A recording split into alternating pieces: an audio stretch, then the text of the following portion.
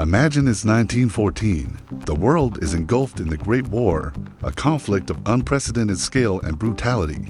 Millions of young men are dug into muddy, freezing trenches stretching for miles across Europe. The landscape is a hellscape of barbed wire, shell craters, and a constant threat of death. Hope is a distant memory, and peace seems like an impossible dream. This is the Western Front. For months, British and German soldiers have faced each other across a narrow, terrifying strip of land called No Man's Land. They've endured relentless artillery bombardments, terrifying machine gun fire, and the sheer misery of trench life. The orders are simple: kill or be killed.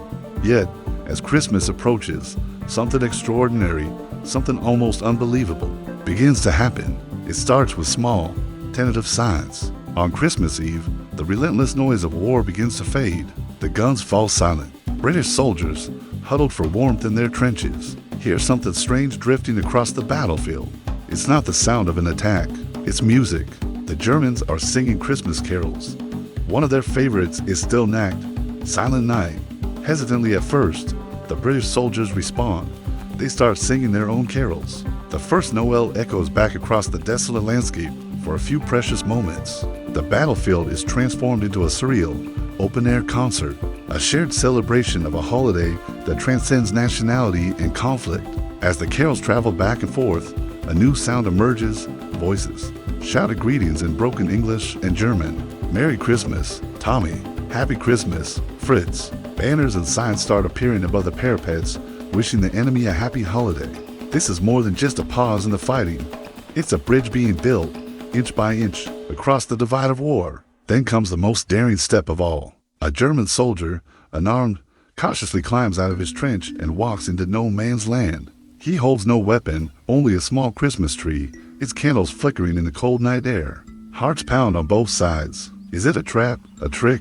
But then, a British soldier does the same. He leaves the relative safety of his trench and steps out to meet his enemy. Soon, dozens, then hundreds of soldiers from both armies are emerging from their trenches. They meet in the middle, in the very space that just hours before was a deadly killing field. They shake hands. They share cigarettes, chocolate, and souvenirs from home. They show each other pictures of their families, wives, children. Parents, realizing the enemy is just a man like themselves, caught in the same horrific circumstances. One of the most famous accounts comes from a British soldier named Bruce Bairnsfather. He described how he found a German who spoke a little English, and we had a good chat. They exchanged buttons from their uniforms as keepsakes. He realized these were not the savage monsters from the propaganda posters. They were ordinary men, barbers, farmers, factory workers, who desperately missed their homes and families. The truce wasn't just about handshakes and carols. In many sectors, the soldiers took this opportunity to do something profoundly human. They buried their dead.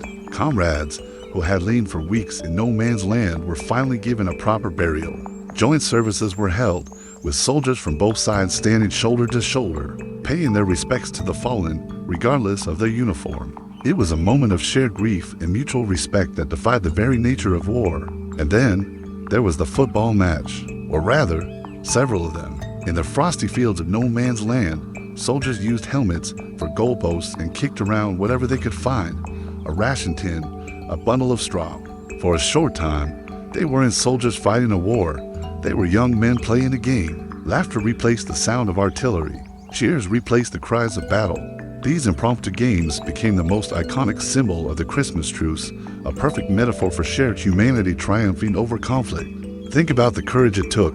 Not the courage to charge into machine gun fire, but the courage to defy orders, to see the humanity in your designated enemy, and to choose peace, even for a day. These men knew they could be court-martialed or shot for fraternizing with the enemy.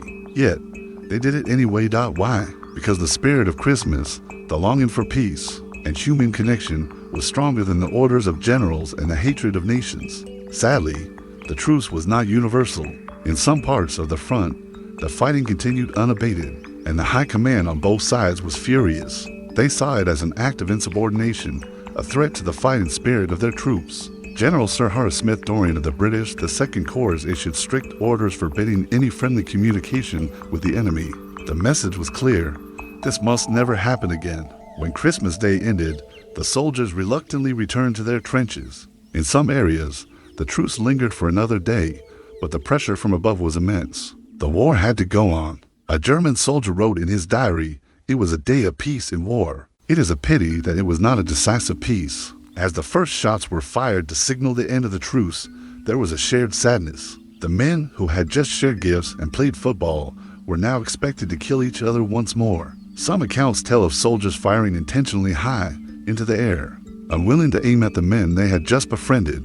But the machinery of war is relentless. Within days, the fighting on the Western Front had returned to its brutal, bloody routine. The Christmas truce of 1914 was never repeated on such a scale. The war dragged on for 4 more years, becoming even more brutal and dehumanizing. New weapons like poison gas and massive artillery bombardments made the idea of a friendly truce seem impossible. The brief moment of peace was buried under millions of casualties and the hardening of hearts. For decades, the story of the Christmas truce was largely suppressed, an inconvenient and embarrassing footnote for the military histories. It didn't fit the official narrative of heroic sacrifice and a determined enemy.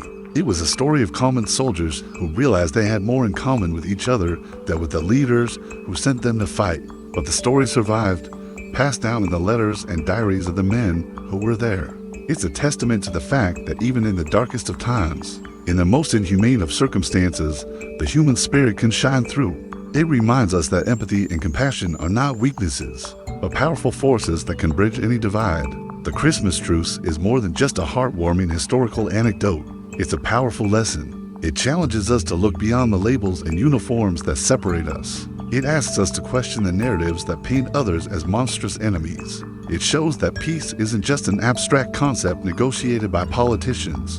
It's something that can be built, person to person, through simple acts of kindness and understanding. Today, over a century later, the world is still filled with conflict and division.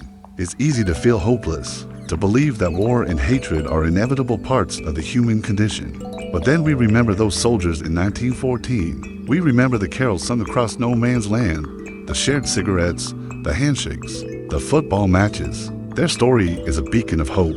It's a reminder that our shared humanity is stronger than any flag, any border, any ideology. It proves that even when the world is telling you to hate, it is always possible to choose a different path. It's a story that deserves to be told, to be remembered, and to be cherished, especially during the Christmas season. It's the ultimate story of peace on earth and goodwill to all men. Thank you so much for watching. If this story touched you, please share it, so that the memory of that remarkable day in 1914 continues to inspire hope for generations to come. Don't forget to like and subscribe for more stories that explore the incredible moments of our Shah. Red history, Merry Christmas, and peace to you all.